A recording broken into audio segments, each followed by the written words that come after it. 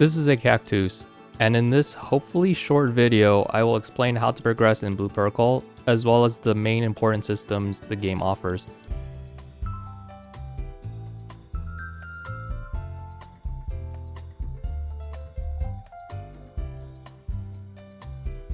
Just like most MMOs, Blue Protocol does not do a great job explaining what the game is all about.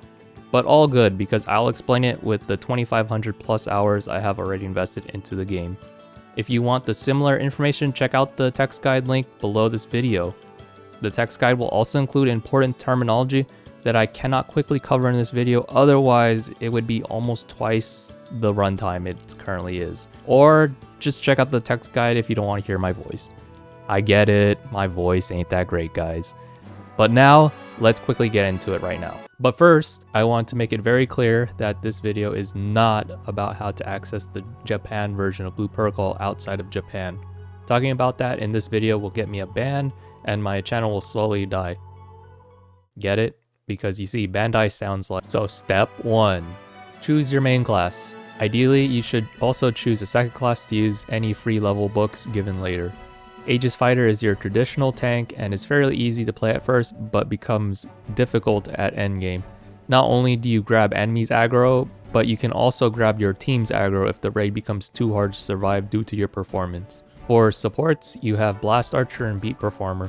Both are ranged and reliable healers. They both should have about the same popularity, but Archer is a more traditional class that came out on release, while the Guitar class barely released 4 months ago since this video. Also doesn't help that Archer is supposed to be a support class, while in most other games it's a DPS. You can reach high parses on a target dummy, but please don't be tricked into thinking that it can pull anywhere close to those numbers in a real raid. Oh, who am I kidding? There will always be people that play supports as DPS, man. Moving into the 4 real DPS classes, we have Twin Strikers. Play this class if you want to have a dopamine rush every couple dozen seconds. This class uses all of its buffs and skills to buff one mega hard hitting skill. Spellcasters can deal more damage than Twin Strikers over time, but have 0 survivability. Play this class if you want to out DPS everyone while still having one hand to sip some coffee while your eyes are on another monitor watching anime. Heavy Smashers are considered DPS, but they deal low damage. They do have a self-healing skill, which is nice for solo content, however. At endgame, their main purpose is to suck all the enemies together with their ball. And then once the crowd is nicely grouped up, you start pounding them with your ball. Okay, maybe this is partially why the class is unpopular. Then we have Blitz Lancer. It can hit targets farther away. Yeah, that's it. That's really its only positive. Right now, this class should only be used after playing the endgame or to troll your team. The role it has is easily outclassed by all other classes. It has a unique playstyle for sure, but it offers much lower damage than the other classes, and on top of that, you have a more complicated skill rotation. Step 2. After choosing a class, you can start playing the game. Immediately when you have control of your character, press escape on your keyboard and look for a blue button at the bottom left of your screen. Click it and redeem any rewards. Afterwards, check your mail tab to move the redeemed items to your bag tab. Open everything that looks like a gift box. If you have a gold book in your inventory though, do not use it. Switch your weapon in the character tab in order to switch to your second class. Now use it. After using it on your second class, swap back to your main class. After equipping your new weapon, check the bottom left blue tab again for more stuff to redeem, and remember to get them from your mail tab afterwards. Once your character tab is all decked out, you are ready to speed through the main story quest, or MSQ for short. If for some reason you don't have catch-up gear in the blue tab, then just use whatever gear you get from MSQ along the way. At around level 8, you will reach Adventure Rank 2. Check once again if you have anything in the bottom left blue tab or mail. You may get a Mission EXP Increase bottle. Use it right now if you have it, then proceed with the MSQ. At level 33, enemies will start to outlevel you. You will still reach max level if you do only the main story quest. This only means that you'll do slightly less damage to them. If enemies are too hard, try to do other quests or work on your adventure rank for more EXP. At chapter 6, you will finally catch up to the enemy's levels. If for some reason you aren't maxed by the end of the MSQ, then finish some adventure rank boards for EXP. Step 3. Get your adventure rank to max. Every adventure rank must reach its adventure board goal to proceed to the next rank. You can only have 10 boards active at any point. Do not question why. When doing adventure boards, it'll ask the player to do specific tasks in a specific area. For example, you are asked to kill 5 goblins in the pond area at the mountain region. There are goblins in most areas of the mountain region. However, only the ones in the pond area of the region will count. This becomes important when farming specific enemies for drops, as every enemy will drop an entirely different item in different areas. Again, do not question why it's like this. And congrats, you finished all 3 steps, and now you can work on gear progression. There's vertical and horizontal progression. With vertical progression, we have weapons, E-Imagines, expert rank, and plugs. These are what impact your battle score, or BS. You generally do missions that give you weapons and E-Imagines. The roll on the weapons E-Imagines can also impact your battle score, so grab the ones that can increase it the most. Do not worry about the stats it gives until you reach the final endgame dungeon that gives gear. Go to the weapon crafting station and the Imagine crafter in the major towns to upgrade gear to increase their BS. What's cool about upgrading is that you can start upgrading gear immediately, then replace any stat lines with better stat lines later if you happen to find anything better. If you need a website to explain the current best E-Imagines, I will link a friend's spreadsheet. Then there's expert rank.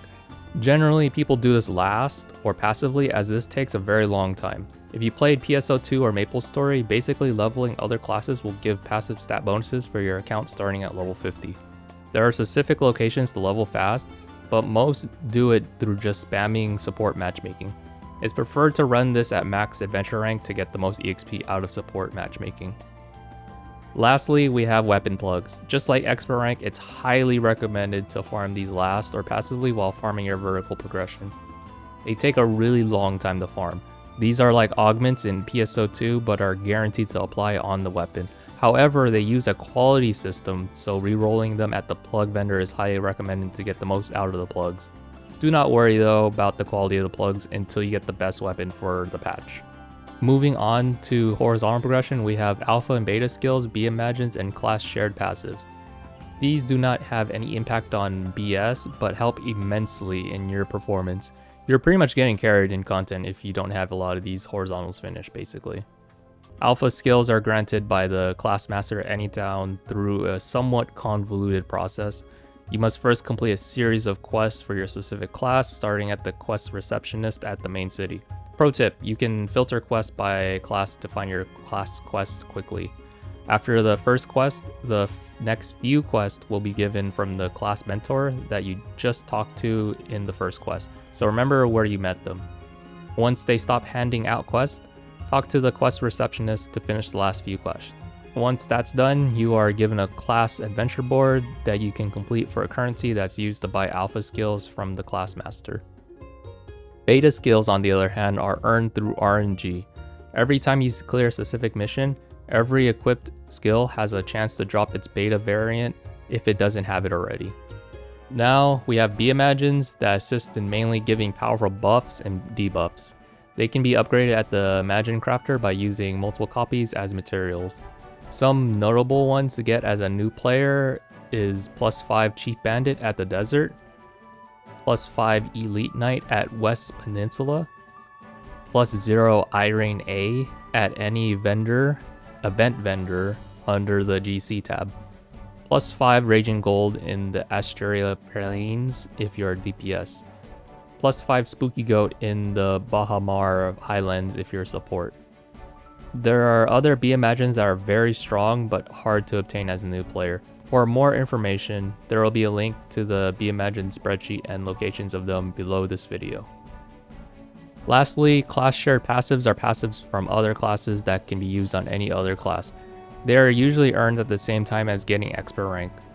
There are many strong passives, so choose what you feel like will benefit you the most. That was a quick rundown of the progression systems. Now let's talk about the other system. There are fairly easy open world raids that happen several times a day for a whole hour at its scheduled start time. People run these as the main source of GC currency and to level classes. Mount Caravan is a system where you can send all your own mounts on missions for several hours to gather resources you might need.